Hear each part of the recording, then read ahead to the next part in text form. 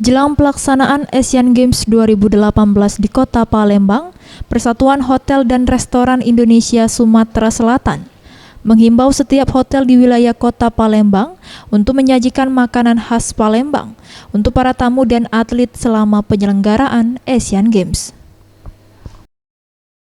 Erlan Aspiyudin, Ketua PHRI Sumsel mengatakan, dengan disajikannya masakan khas Palembang dapat mempromosikan Palembang di kancah internasional. Setiap hotel yang terlibat dalam penyelenggaraan tamu, selain membuat makanan internasional harus ditambah masakan lokal.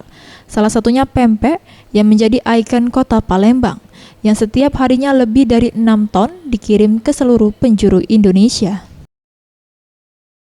Masih terbiasa dengan internasional.